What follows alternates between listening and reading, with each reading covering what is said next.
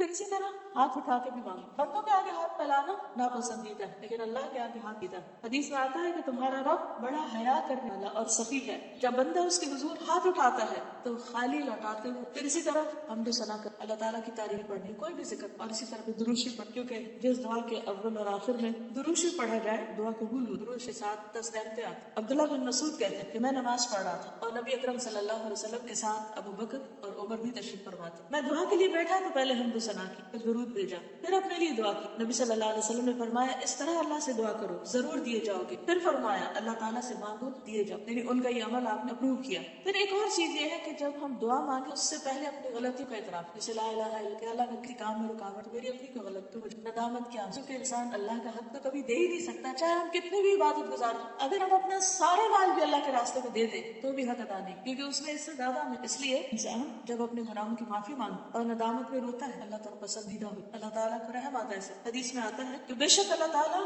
بندے کی اس بات کو پسند کرتا ہے جب وہ کہتا ہے کہ لا الہ الا انت انی قد ظلمت نفسی فاغفر لی ذنوبی انہ لا یغفر الذنوب الا انت. جب یہ دعا کرتا ہے انسان، جس کا معنی ہے کہ لا الہ الا انت، تیرے سوا کوئی الہ نہیں، یقیناً میں نے اپنی جان پہ ظلم کیا، تو میرے گناہوں کو بخش دے، تیرے سوا کوئی گناہ معاف نہیں کر سکتا. تو یہ سن کر اللہ تعالیٰ خوشی سے فرماتا ہے کہ میرے بندے نے یہ جان لیا ہے کہ اس کا رب ہے جو معاف بھی کرتا ہے اور سزا بھی دیتا ہے. تو اللہ تعالیٰ اس بات پر خوش ہو جاتا ہے کہ میرا بندہ میرے پاس آیا ہے اپنے غلطیوں کو دھونے کے لیے. اس کے بعد پھر اللہ تعالیٰ جب خوش ہوتے ہیں تو انسان اس سے مانگے تو اس کو قبولیت کے زیادہ چاہے. اور ایک اور روایت میں آتا ہے کہ غفرت لعبد، میں نے اپنے بندے کو بخش معاف کر دی. کیونکہ گناہ انسان کے رزق میں بھی رکاوٹ، گناہ انسان کی دعاؤں کی قبولیت میں بھی رکاوٹ بن. اس لیے انسان اپنے گناہوں کو دور کرنے کے لیے، ان کو ہٹانے کے لیے پہلے کام کرنا چاہیے. اسی طرح سب سے پہلے اپنے لیے مانگنا، پھر والدین کے لیے، قریبی لوگوں کے لیے، پھر سب کے لیے. ربنا اغفر لی ولوالدی وللمؤمنین. نبی صلی اللہ علیہ وسلم جب کسی کا ذکر کرتے تو اس کے لیے دعا کرتے، اور دعا کی ابتدا اپنے سے کرتے. اس میں ایک فائدہ یہ بھی ہے کہ انسان جب کسی کے لیے دعا کرتا ہے اور اس سے پہلے اپنے لیے مانگتا ہے، اس کا مطلب ہے وہ وہی چیز اپنے لیے مانگ رہا ہے جو اس کے حق میں بہتر ہے. تو دوسرے کے لیے بھی وہ مانگ رہا ہے جس کو وہ اپنے لیے پسند کرتے. کیونکہ ایمان کا تقاضا یہ ہے کہ ہم دوسرے کے لیے وہ پسند کریں جو ہم اپنے لیے کریں. تو دعا میں بھی یہ یوز. پھر یہ ہے کہ ضروری نہیں کہ بہت لمبی دعا کی، ٹھیک ہے کبھی کبھی انسان لمبی بھی کر سکتا، لیکن اگر دعا میں چند مختصر الفاظ، کوالٹی اس کی اچھی تو زیادہ، جیسے لا الہ اور ساتھ وقار کتنا بھی کافی. کیونکہ بعض اوقات ہم سمجھ کے ابھی وقت نہیں، پھر ٹھہر کے دعا کریں گے جب سب کام ہو جائے گا، بعد ٹائم ہم تھک چکے. ہمت کوالٹی جب دل میں آئے، بس آپ کچن میں کام کر رہے ہیں کھڑے، آپ کو کوئی سوچ آتی، کوئی خیال آتی، کوئی پریشانی کی لہر آتی، ویٹ نہ کرے گا اچھا زور کی نماز پڑھے گی، دعا مانگے کھڑے ہو کے رو کے اللہ سے. بعض اوقات انسان کے پاس شارٹیسٹ ٹائم. یونس علیہ السلام نے مچھلی کے لیے کتنا معلوم ان کا حال کیا ہوگا، سانس بھی آ رہا ہوگا اتنے اندھیرے میں ایسی بند جگہ کی، لیکن اس وقت انہوں نے چھوٹے سے الفاظ پکارا اللہ بڑی پھر اتنے اندھیروں میں باہر انبلیویبل. اگر قرآن میں یہ نہ لکھا ہوتا بھی دیکھیے کوئی 1,00,000 دفعہ انہوں نے نہیں پڑھا. تو ضروری نہیں کہ ہم بہت لمبی دیر تک کریں تو ہی سنی، ٹھیک ہے جتنی چاہیں آپ لمبی کریں، کوئی بھی کوئی پابندی، مگر چھوٹی سے چھوٹی دعا بھی جامع دعا. پھر اسی طرح اللہ سبحانہ وتعالیٰ کے ناموں کے ساتھ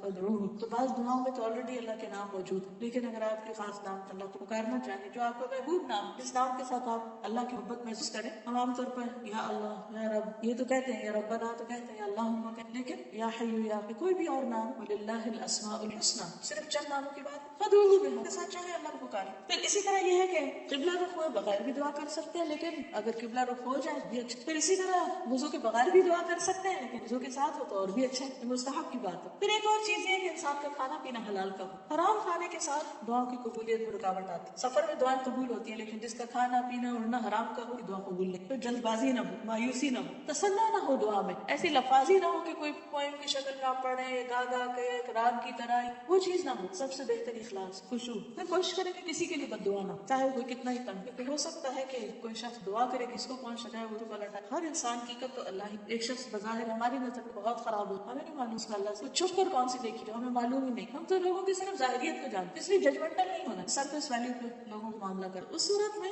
انسان جب تک کوئی کی حالت پر مرے نہیں تو بد دعا نہیں، لعنت آنے کی لعنت بھی پھر پلٹ آتی. پھر قبولیت کے کچھ خاص اوقات جیسے رات کا آخری حصہ ہے، سحری کا وقت، بالاسحار هم یستغفرون. ایک حدیث میں آتا ہے کہ اس وقت اللہ سبحانہ وتعالیٰ رات کے آخری تہائی حصے میں آسمان دنیا پر اتر اور فرماتے ہیں کہ کون ہے جو مجھ سے مانگے تو میں دعا قبول کروں. خود اللہ تعالیٰ پکارتے ہیں بندہ، کون ہے جو مجھ سے مانگتا ہے تو میں اس کو دوں، کون ہے جو مجھ سے گناہوں کی مانگتا ہے تو میں اس کو بخش دوں. یعنی خاص طور پر اس وقت بخشش کا وقت ہوتا ہے. نبی صلی اللہ علیہ وسلم نے فرمایا رات کے آخری حصے میں رب بندے کے قریب ہو، لہٰذا اگر اس وقت اللہ کو یاد کرنے والوں کے صف میں شامل ہونے پر اور جہاں جہاں جو لوگ پکار رہے ہیں. پھر رمضان میں روزی کی حالت میں دعا قبول ہو. حدیث میں آتا ہے کہ اللہ تعالیٰ ہر دن رات میں لوگوں کو جہنم سے آزاد کرتے ہیں رمضان میں، اور ہر دن رات میں ہر مسلمان کے لیے ایک دعا ایسی ہے جسے قبولیت سے نوازا جاتا ہے. یہ رمضان کے دن خاص ليلۃ القدر کی دعا, عرفہ کے دن جو حاجی ہوتے ہیں آذان اور اقامت کے بیچ کی دعا. بہت سے لوگ اس وقت سے غافل, اس وقت کی دعا رد نہیں کی جاتی, یعنی آذان کا جواب دے کر دعائیں کرنا ہوتا کہ اقامت, پھر سجدے میں انسان سب سے زیادہ قریب, پھر فرض نماز کے بعد کی دعا, جمعہ کے دن خاص گھڑی کی کفار سے جنگ کرتے وقت, پھر مصیبت کے وقت کی دعا انا للہ راجعون اللہ انی اخلف, دکھی انسان کے دل سے جو دعا قبول نہیں ہوتا, زمزم پیتے وقت, بارش کے اترتے وقت دعا, قرآن مجید پڑھنے کے بعد کی دعا, مرغ کی آواز, ایک دن کسی سے ملاقات ہو کافی برہم سائے جو کہ بہت شجاعت, اب ایک ہم اس پہ پریشان رہ سکتے اور دوسرا ہم خوش ہو سکتے کہ اس وقت دعا قبول ہو. جب مرغ بولے ستفر وہ ہمیں سمجھے کہ ریمائنڈر دے, تو پریشانی بجائے انسان خوش, سچویشن وہی ہے لیکن ایٹیٹیوڈ بدل جائے کہ وہ ریمائنڈر. یہ صحیح بخاری کی روایت, جب تم مرغ کے بولنے کی آواز سنو تو اللہ تعالیٰ سے اس کے فضل کا سوال کرو کیونکہ وہ اس وقت فرشتہ دیکھتا ہے, اور جب تم گدھے کے ہینگنے کی آواز سنو تو اللہ تعالیٰ کی پناہ مانگو کہ وہ شیطان دونوں سے. پھر اسی طرح مریض کی جب آپ عیادت کریں تو اس وقت 70,000 فرشتے انسان دعا کریں. ہم بعض وقت لوگوں سے کہتے رہتے ہیں آپ ہمارے لیے دعا کریں, دعاؤں میں یاد رکھیں, لیکن کچھ کام ایسے ہیں کہ اگر آپ وہ کریں تو اللہ تعالیٰ آپ کے لیے فرشتے مقرر کر دے گا جو آپ کی دعائیں. جس دن آپ پریشان دکھی ہو کسی مریض کی عیادت, ایک تو اس کی تکلیف دے کہ آپ کو اپنی تکلیف جائے, اپنی کم ہونے لگے, اور دوسرے یہ کہ فرشتے آپ کی دعائیں. پھر اسی طرح جو شخص اللہ مجاہد حج یا عمرہ کر فی سبیل اللہ نکل اس کی دعا قبول ہو, مسافر بھی. پھر اسی طرح جو مظلوم ہوتا ہے جس پہ کوئی ظلم کرے, پھر والد جو اپنی اولاد کے لیے دعا, باپ کی دعا بچوں کے حق, پھر اسی طرح اولاد جو اپنے والدین کے حق کو دعائیں کرے. مرنے کے بعد سارے اعمال ختم ہو جاتے ہیں سوائے 3 چیز میں. نمبر 1 ہے ولد صالح یدعو, نیک اولاد جو ہے والدین کو صدقہ جاریہ, مال میں سے اور علم میں سے جس سے لوگ فائدہ اٹھائیں. پھر کسی کی غیر موجودگی میں اس کے لیے دعا کر, کسی کو دکھی دیکھا اسی بیٹھ کے دعا کر, کسی کو بیمار دیکھو دعا کر, کسی نے آپ سے اپنی کسی پریشانی کا ذکر کیا آپ اپنے لیے دعا کریں اس کے لیے. آپ چاہتے ہیں آپ کے بچوں کو ہدایت ملے آپ ہدایت, آپ چاہتے ہیں آپ کو رزق ملے آپ دوسروں کے ساتھ, کوئی چیز جو آپ اپنے لیے چاہتے ہیں دوسری بات ایسا فرشتہ مقرر کرے گا جو آپ کے لیے دعا کرے گا, اس کو بھی عطا اس نے. پھر اسی طرح عاقب حکمران جو ہے اس کی دعا. پھر وہ شخص جو خوشحالی میں دعا کرتا ہے جب وہ تنگی میں آتا ہے تو اس کی بھی دعا قبول ہوتی ہے, کیونکہ حدیث میں آتا ہے جو شخص یہ چاہتا ہے کہ اللہ تعالیٰ سختی اور غم میں تکلیف میں اس کی دعا قبول کرے تو اسے چاہیے کہ خوشحالی میں بکثرت دعا کرے, رات کو جس وقت آنکھ کھلے اس وقت دعا کرے. بہت ہی خوبصورت دعا ہے, صحیح بخاری, من تعار من اللیل فقال لا الہ الا اللہ وحدہ لا شریک له الملک وله الحمد وعلى كل الحمد للہ سبحان لا الہ الا اللہ اللہ اکبر ولا حول ولا قوة الا باللہ. پھر اس کے بعد ہے اللہ یا کوئی اور دعا کی دعا.